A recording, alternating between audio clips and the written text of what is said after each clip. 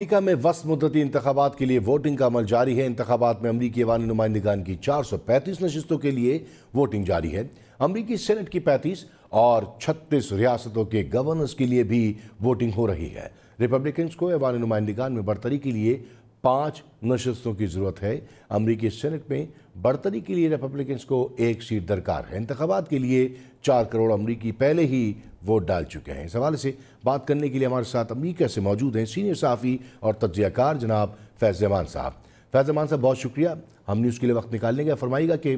عوامی نمائندگان میں اس وقت کس کو برتری حاصل ہے اور الیکشن کے بعد آپ کیا صورتحال دیکھ رہے ہیں؟ شکریہ علی، سب سے پہلے تو شکریہ آپ نے مدعو کیا مجھے اپنے اس پروگرام میں۔ دیکھیے اس وقت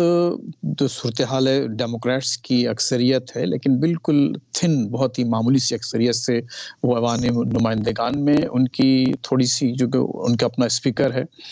اور سینٹ میں ان کو تقریباً بالکل برابر کا معاملہ ہے، لیکن چونکہ وائس پریزیڈنٹ بھی ڈیموکریٹک ہیں تو اس وجہ سے ان کو اکثریت ہے، اور جو ٹائی ہوتی ہے تو وائس پریزیڈنٹ اس کو بریک کر کے ڈیموکریٹک کی جتنی بھی لیجسلیشن ہے اس کو پاس کروا دیتے ہیں۔ اب سلسلہ یہ ہے کہ اس وقت بائیڈن صاحب کی جو پرفارمنس رہی ہے پچھلے 2 سال میں جب سے وہ الیکشن انہوں نے جیتا ہے، آج تک تقریباً مہنگائی میں ہر مہینے متواتر اضافہ ہوتا جا رہا ہے۔ جو پیٹرول کی پرائسز ہیں یہاں وہ اس سے پہلے کبھی اتنی ہائی نہیں دیکھی گئیں۔ اس کے علاوہ جو فارن پالیسی کے ایشوز ہیں، خصوصاً یوکرین اور رشیا کا جو معاملہ ہے، اور اس کے بعد جو چائنا پر جو اس کا رویہ رہا ہے بائیڈن ایڈمنسٹریشن کا، اس میں بہت سے امریکی اور خصوصاً ریپبلکنز جو ہیں وہ بہت سخت ناراض ہیں۔ اچھا دیکھیے، ریپبلکنز اور ڈیموکریٹس تو واضح طور پر 2 ڈائی ہارڈ گروپس ہیں جن کے ووٹوں سے نتیجہ کچھ نہیں نکلتا، لیکن جو بیچ کے جو انڈیپینڈنٹس کہلاتے ہیں وہ لوگ یعنی وہ ووٹرز جو صرف اچھے امیدواروں کو اور ان کے اچھے پروگرامز کو دیکھ کر یا ذاتی پسند اور ناپسند کی بنیاد پر ووٹ دیتے ہیں، تو ان لوگوں کی بھی ایک بڑی تعداد ہے، اور اس وقت محسوس ایسا ہو رہا ہے کہ شاید وہ انڈیپینڈنٹس اس وقت ریپبلکنز کی طرف جائیں گے۔ اس میں ایک اور جو اہم پہلو ہے وہ ٹرمپ صاحب کا ہے۔ ٹرمپ حالانکہ تقریباً 2 سال پہلے اپنا الیکشن ہار چکے ہیں، اور لیکن اس کے باوجود وہ سیاست میں ایکٹیو ہیں، اور آج بھی ان کا ایک بہت ہی ڈیسائسو فیکٹر ہے۔ وہ کینڈیڈیٹس، وہ امیدوار جو انہوں نے انڈورس کیے ہیں، وہ امکان یہ ہے کہ آج وہ الیکشنز جیت جائیں گے۔ اگر وہ الیکشنز جیت جاتے ہیں تمام امیدوار، تو لگتا یہ ہے کہ کانگریس کے دونوں ایوان یعنی سینٹ اور عوامی نمائندگان میں ریپبلکن کی اکثریت ہو جائے گی، اور اس سے ظاہر ہے کہ پھر نہ صرف جو ڈومیسٹک ایشوز ہیں ان پر بہت بڑا اثر پڑے گا، بلکہ جو خارجہ پالیسی کے جو معاملات ہیں جس میں خصوصاً ہمارا اپنا ریجن بھی شامل ہے، وہاں پر بھی آپ اچھے اثرات دے سکتے ہیں۔ اس میں ایک جو میں بتانا چاہتا ہوں علی، وہ جو اہم بات ہے وہ جو انہوں نے وعدہ کیا ہے ریپبلکنز نے کہ اگر ان کو ایوان نمائندگان میں اکثریت ہو جاتی ہے اور اسپیکرشپ ان کے پاس آ جاتی ہے، تو وہ افغانستان میں جو وڈرال کیا تھا بائیڈن صاحب نے بہت جلدی میں، تو اس پر باقاعدہ ہیئرنگز کریں گے، سماعت ہوگی اس میں، اور اس میں کئی لوگوں کو بلایا جائے گا۔ تو اس میں لگتا یہ ہے کہ بہت زیادہ مسائل نکلیں گے، اور ہمارے اپنی ریجن کے لیے خصوصاً پاکستان کے حوالے سے بھی بہت سی باتیں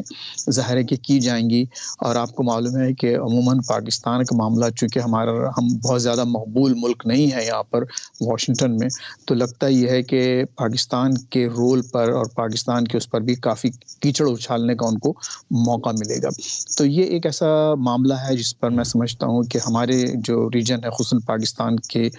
لوگوں کو تھوڑی تشویش ہونا چاہیے، لیکن اوور آل آپ یہ دیکھ رہے ہیں کہ بہرحال یہ اپس اینڈ ڈاؤنس ہیں سیاست کے، اور اس میں ایک گروپ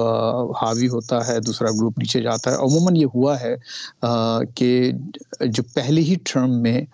کانگریس عموماً جو ہے وہ فلپ ہو جاتی ہے۔ اوباما کے دور میں بھی ایسا ہوا تھا،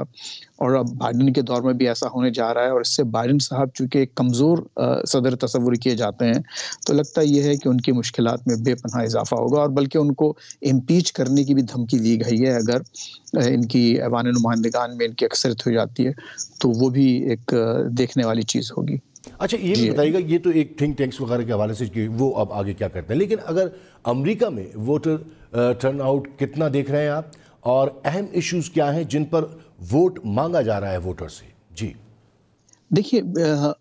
روایتی طور پر جو مڈ ٹرم الیکشنز ہیں ہر 2 سال بعد جو مختلف علاقوں میں گورنرز کے بھی اور ممبرز آف کانگریس کے بھی، اور اس میں باقاعدہ پھر سینیٹرز بھی آ جاتے ہیں، حالانکہ سینٹ کی مدت 6 سال ہوتی ہے، لیکن یہاں مطلب ایک طرح سے ایک سسٹم ایسا بنا ہوا ہے کہ ہر 2 سال بعد الیکشنز ہوتے ہیں. لیکن جو مڈ ٹرم الیکشنز میں روایتی طور پہ جو ٹرن آؤٹ ہے وہ بہت کم ہوتا ہے، اور اسی لیے اس میں جو وہ پارٹی جو اپنے ووٹرز کو باہر نکالنے میں کامیاب ہوتی ہے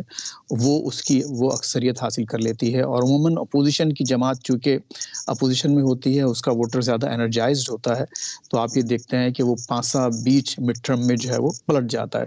تو ووٹر ٹرن آؤٹ کم ہوگا، اس کا فائدہ ریپبلکنس کو پہنچے گا. اور آپ نے جو پوچھا کہ کون سے مسائل سب سے زیادہ اہم ہے، سب سے زیادہ بڑا مسئلہ اس وقت جو ہے وہ ہے مہنگائی کا. اور دوسری جو بات ہے جو خصوصاً جو لوگ یہاں پر جو مڈل کلاس اور اپر مڈل کلاس کے لوگ ہیں ان پر ٹیکسز کا، کہ بائیڈن ایڈمنسٹریشن نے جو ہے ٹیکسز میں اضافہ کیا ہے، بہت سے ایسے خرچے کیے ہیں حکومت میں جو بہت ان پاپولر ہیں. تو ان خرچوں کی بنیاد پر اور ٹیکسز میں اضافے کی بنیاد بھی ایک بہت بڑی ایک ہے جس کی بنیاد پر یہ لوگ فیصلہ ووٹرز جو ہیں وہ باہر نکلیں گے. اور لیکن اس وقت جو سب سے بڑا ایشو ہے وہ ہے مہنگائی کا. یعنی کہا تو جاتا ہے کہ 10%، لیکن اس کا جو امپیکٹ ہے یہاں کے لوگوں پر وہ 20 سے 25% جو ہے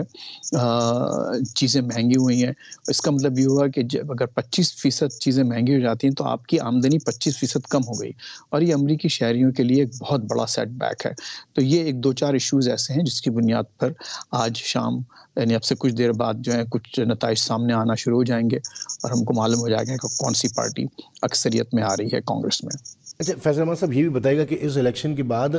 پاک امریکہ تعلقات کو آپ کس نگاہ سے دیکھ رہے ہیں، کیسے دیکھتے ہیں اسے؟ دیکھیے بدقسمتی سے پاکستان جو ہے وہ کانگریس میں ایک اس کی ریپوٹیشن یا اس کے دوست نہیں ہے، اور اس کی وجہ یہ ہے کہ ہم لوگوں نے اس پر ہم لوگ اس سے مراد یہ کہ پاکستانی امریکن کمیونٹی بھی اور حکومت پاکستان بھی، انہوں نے کانگریس پر بہت کم توجہ دی ہے. ان کی زیادہ تر جو توجہ بھی حکومت آتی ہے وہ زیادہ تر یا تو صرف وائٹ ہاؤس سے یا صرف پینٹاگون سے تو ظاہر ہے ہمارے لگے بندے تعلقات ہیں جو کہ آن گوئنگ ہے، لیکن پورا زور جو ہے صرف وائٹ ہاؤس پر اور انتظامیہ پر دیا جاتا ہے. لیکن یہ نہیں دیکھا جاتا کہ بہت سے فیصلے جو ہیں وہ خصوصاً امداد کے حوالے سے اور فارن پالیسی کی جو مین پوائنٹس ہیں ہمارے لیے،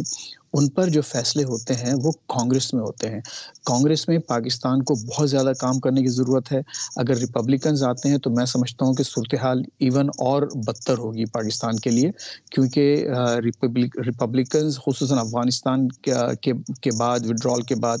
اور دیگر جو معاملات ہیں خصوصاً جو انڈیا کے ساتھ ہیں یا افغانستان میں جیسے کہ میں نے عرض کیا، اس کے علاوہ خود رشیا پر جو کچھ بھی پوزیشن اس وقت پاکستان کی ہے، چائنا کے ساتھ ایک بہت بڑا فیکٹر ہے پاکستان کا، تو اس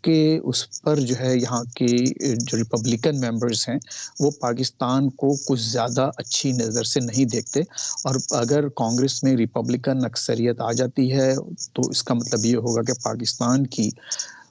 جو خارجہ پالیسی کے حوالے سے مشکلات ہیں وہ بڑھیں گی.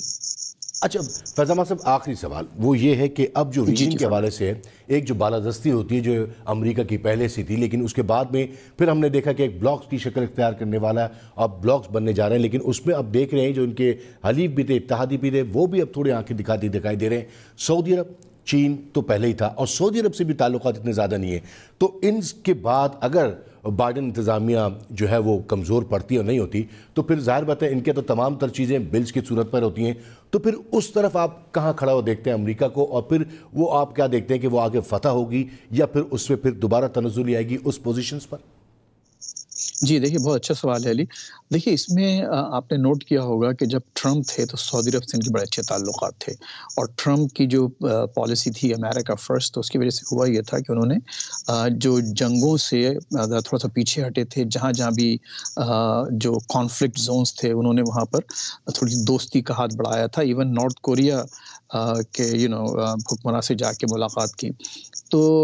اس وقت سعودی عرب کی جو مین ناراضگی ہے وہ امریکہ سے نہیں ہے اٹ سیلف، وہ ہے ڈیموکریٹ سے اور بائیڈن انتظامیہ سے. بائیڈن نے ان کو حالانکہ خوش کرنے کی کوشش کی، ملے بھی جا کر، لیکن ابھی بھی جو وہ ایک بیڈ بلڈ جو انہوں نے کریٹ کیا تھا، بائیڈن صاحب نے اپنی مہم کے دوران انہوں نے کہا تھا کہ میں سعودی عرب کو بالکل ایک تنہا اور ایک پرایا اسٹیٹ بنا کے چھوڑوں گا، تو وہ زخم ابھی مندمل نہیں ہوا ہے.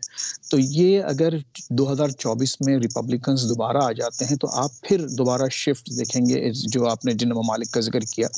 اور چائنا سے بھی معاملات بائیڈن نے بہت زیادہ خراب کیے ہیں، خصوصاً ڈیموکریٹس کے حوالے سے. اگر آپ دیکھیں نینسی پیلوسی کا جو کہ اسپیکر ہے، جا کر تائیوان کا دورہ کرنا اور پھر باقاعدہ ہر وقت جی تھوڑے دنوں میں جو ہے اس کو پرووک کرنا چائنا کو. تو میں سمجھتا ہوں کہ اگر یہ ریپبلکنز آتے ہیں تو حالات تھوڑے سے بہتر ہوں گے، اور اگر 2024 میں بھی اگر ریپبلکن ایڈمنسٹریشن آ جاتا ہے تو پھر آپ دوبارہ نئی جی طرف جو ہے نئی شفٹ دیکھیں گے ان الائنسز میں جو انٹرنیشنل الائنسز ہیں. جی، سینئر صحافی تجزیہ کار امریکہ سے ہمارے ساتھ تھے فیض امان صاحب، آپ کا بہت شکریہ.